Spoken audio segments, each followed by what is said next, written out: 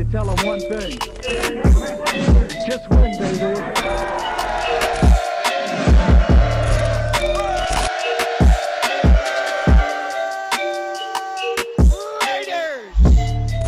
Yo, Raider Nation, we are 2-0 going into week 3. We just won, baby. We beat the Pittsburgh TikTok boys at Heinz Field. We showed out in this game. My goodness, man. No one really seen us being 2-0 at this point of the season, man. Last week against the Baltimore Ravens, everybody doubted us. We took that W, but everybody thought that was a fluke victory, and they thought we were going to lose in this game. But no. This Raiders team, this Raiders defense said, no, we're going to take this W, and we did just that. And we controlled this whole game was controlled by the Raiders. Our defense came out strong as well, man. I gotta give a huge shout out to Gus Bradley, who I do believe is the most underrated pickup that we had this whole offseason. Just revamping this defense, bringing in veteran players to mesh well with our rookie players, and just having a defensive coordinator that can go out there and get these boys right. And we did just that in this game. But I do not want to waste too much time. Let's get right into this game. Starting off the game, we kicked up the ball. You know, we won the coin toss, but we did not want to keep the ball. We wanted to kick it away because we were going to get the ball back at halftime. And our defense played really fast and physical to start off the game, forcing a 3-and-out. Now, a player I do want to give a shout out to is Casey Hayward, a guy that was all over the field in the beginning of the game, almost had an interception, but he did his due diligence against Chase Claypool throughout the whole game. I know he went down a couple of times in this game, but overall, he really set the standard. He really set the standard in the secondary, especially for these young players. And another DB out there, a young DB out there that came away with the big play was Trayvon Mullen, getting his first interception of the 2021 season. Shout out to Mad Max Crosby, who got pressure on the quarterback. And man, I can't say anything more about Mad Max Crosby. Now, he didn't have a sack at all in this game, rarely had any tackles, but he had a lot of quarterback hits. I believe 5 quarterback hits in this game, put a lot of pressure on Big Ben Roethlisberger. But just the presence that Mad Max Crosby has on this defensive line, oh my gosh. I know Big Ben was getting really tired of this guy hitting him left and right. But overall, man, I was so happy. I'm so excited about our defense, just seeing how fast they were playing out there, how physical they were playing out there. Our secondary holding it down. I've been saying that Big Ben is not the same quarterback Lamar Jackson is, because Lamar Jackson can get it done on the ground, and he kind of struggles in the air. But going into this game, I did think that Big Ben was going to air the ball out a lot more, and he did air the ball out, but most of those were overthrows, or he was just trying to get the ball out of his hands. And in some plays here and there, he did get some good plays to Chase Claypool, Deontay Johnson, but for the most part, he didn't really do much out there. And most of that could be predicated on how well our defense played out there. Now, one guy that was on my shit list early in this game was our first round pick rookie, Alex Leatherwood. Now, I told you guys in the matchup of the game that I'm going to be looking out for Alex Leatherwood going one-on-one with TJ Watt. And in the beginning of this game, TJ Watt was already looking scary out there, had a strip sack on Derek Carr, and lo and behold, it was against Alex Leatherwood. And honestly, I thought that it was going to be a long day for our team, long day for our offensive line. Luckily enough for us, I don't like to, put injuries on somebody, but he was injured and was out for the rest of the game with a groin injury, which honestly, I would say kind of helped us out a little bit here and there. But that wasn't the only thing. Alex Leatherwood had a couple of false start penalties in this game as well. And he even took away a touchdown play that was thrown to Brian Edwards in this game. It got called back because Alex Leatherwood had a false start penalty. In that same drive, Colton Miller, ironically, had a false start penalty as well. So we were starting off the game pretty sloppy. We didn't really get into the end zone, but Daniel Carlson did his thing, man. He went 4 for 4 in this game in field goals. And coming down to halftime, it was only 9-7. It was really a defensive game. They did have one touchdown. It was a rush to Juju Smith-Schuster. Other than that, they didn't really do much in the game. But coming into the second half, we already knew that we had to play aggressive out there and try to score the ball, because we got into the end zone, I believe, twice and wasn't able to come away with the touchdown. Some news that came out when we were coming out of halftime was Alex Leatherwood was out for the rest of the game with an oblique injury, which ironically was kind of surprising to me, because I seen Brandon Parker out there, and shout out to Brandon Parker. He actually held his own throughout this whole game. For most of the game, Brandon Parker in replacement of Alex Leatherwood and John Simpson in replacement of Richie Incognito, they both did a solid job in today's game, holding up Derek Carr for the most part. Now, a defensive player that I do want to give a shout out to is Solomon Thomas. I think a lot of people need to put some respect on this dude's name. And I've been telling you guys ever since we signed Solomon Thomas that this guy is gonna he's gonna be that breakout star this year. Now I know he hasn't broken out yet, but in this game, he got to the quarterback twice. He had 2 sacks in this game alone. He also added 1 pass deflection and 1 tackle for loss, and I believe a couple of quarterback hits. So man, shout out to Solomon Thomas. He was all over on the defensive side, and man, my dude Thomas was ready to get down with this dude Trey Turner if he was asking for that smoke in this game. You know, Trey Turner was disqualified for the rest of the game. You know, he was spitting on our players, which I was like, what the fuck? But at the end of the day, man, I'm really excited and I'm really happy to see Solomon Thomas go out there and show what he has. Now, as for Cleveland Furrow, I know he was activated in this game, but he was like a non-factor at all in this game. I didn't really see him do much out there. Yannick Ngakoue played. He wasn't really getting to the quarterback either, but I believe that his presence alone helped Mad Max Crosby a lot. Now, another player that I want to give some love to is Denzel Perryman, linebacker that we picked up from the Carolina Panthers.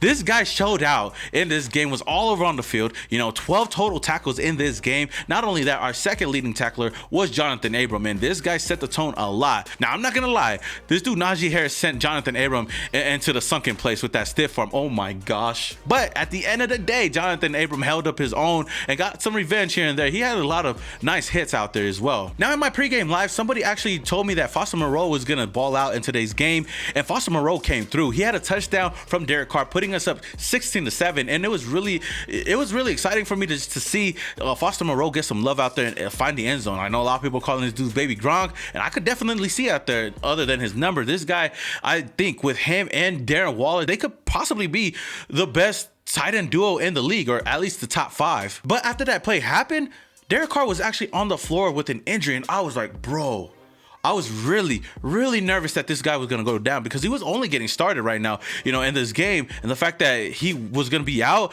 for I don't know how long, I was just nervous. It just reminded me of 2016. I had flashbacks, and I'm like, no, this cannot happen to us. Shit, we don't even have Marcus Mariota out there. It's going to be Nathan Peterman, the GOAT, coming in. But still, at the end of the day, I wanted Derek Carr to finish off the game, and he did just that. He got up, shook that shit off, walked into the sidelines, came back on the next drive, and went down the field and did his thing again. I also got to show some love to my boy Hunter Renfrow, third and Renfrow. This guy was all over on the field, man. When we needed him the most, he came through for us on third downs. You already know who we're going to call up. Third and Renfrow, your favorite math teacher from school. You know, he does not look like a wide receiver, but funny enough, this dude is a baller. Hunter Renfrow came away with 5 receptions for 57 yards. And like I said, it's only 5 receptions, but those were some really key and critical 5 receptions that he had in this game. Now, the Steelers started to creep up in the fourth quarter.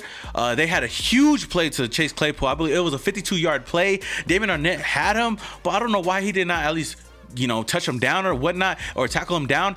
But he was walking away like this dude was already down, but Chase Claypool got up. Luckily enough, some of our defenders were over there trying to get to him before he got up and scored a touchdown. On the next ensuing play, Big Ben finds Najee Harris for a touchdown, and they're creeping pretty close. It was 16-14 at the time. On the following drive, our Raiders were at 3rd and 10, I believe so. We were only up by 2, and I was like, man, we just got to get a first down. But man, John Gruden, Derek Carr, they dialed up Henry Ruggs for a 61-yard touchdown. Bro, I was so hyped seeing this play. Like, I seen him drop back and he aired the ball out, and I'm like, oh my gosh, please don't be a pick. Please don't be a pick. And I see Henry Ruggs out there using that speed out there, that 4.22 speed or that 4.24 speed. Oh my goodness, blazing. He looked like the Flash out there. Barry Allen caught the ball, ended up scoring the touchdown. And my goodness, this is the reason why we brought him in.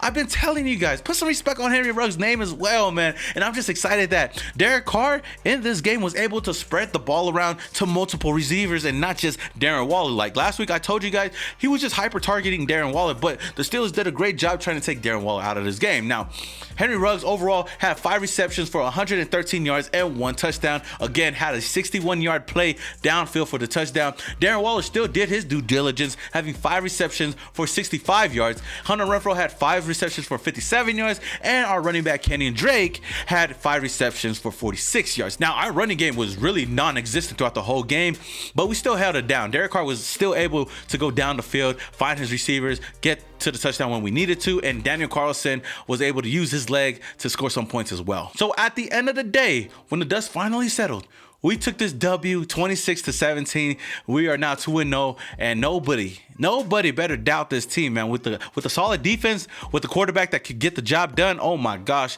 the possibilities are endless. And I'm telling you guys, this is a playoff team. The difference with this team compared to the last 2 years is that defense and Gus Bradley. So I'm expecting a lot of big things this season. Overall, I'm just happy with our overall team. We did a lot of great things today. I know we gave up some plays here and there, but at the end of the day, we just won, baby.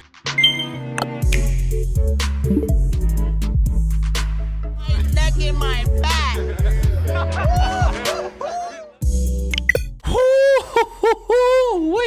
Now for my favorite segment of the show, man, the my neck and my back play of the game. Honestly, I think it's obvious already who I'm gonna go with, because I think this was a game changing, a real big time play for the Raiders when we needed one.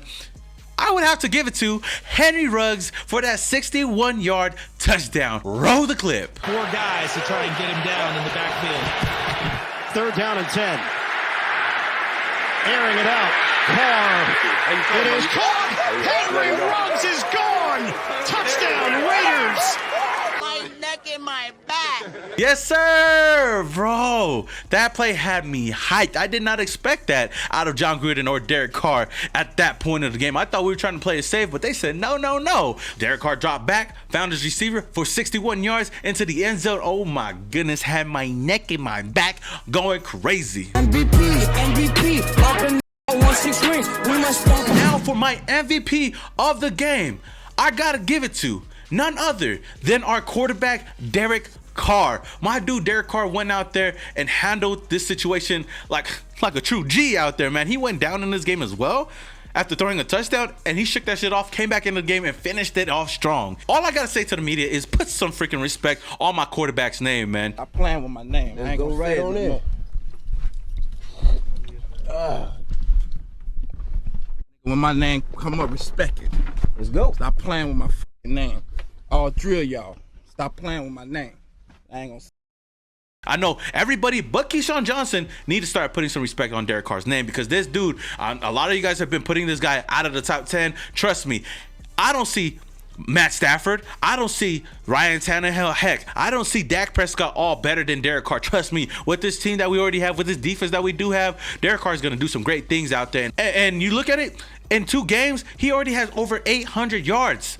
Man, put some respect on this dude's name. Derek Carr balled out today, went 28 for 37, 382 yards, averaged 10.3 yards per throw, and 2 touchdowns. Man, this guy did it all, man. And no matter what happened down there, no matter what defensive plays they had out there, he wasn't scared to go out there and heave the ball downfield and do his thing. And we just came away with this victory. So shout out to our quarterback, Derek Carr, for getting the job done. If you guys do have another MVP of the game, let me know down in the comments below. All right, Raider Nation, that is all I have for you guys today on this game recap. Let me know how you guys are feeling about this game down in the comments below. If this is the first time you're coming across my channel and you love the Las Vegas Raiders and you like daily Raider content news, then hit that subscribe button, hit that notification icon button just to notify you guys when I upload more videos just like this.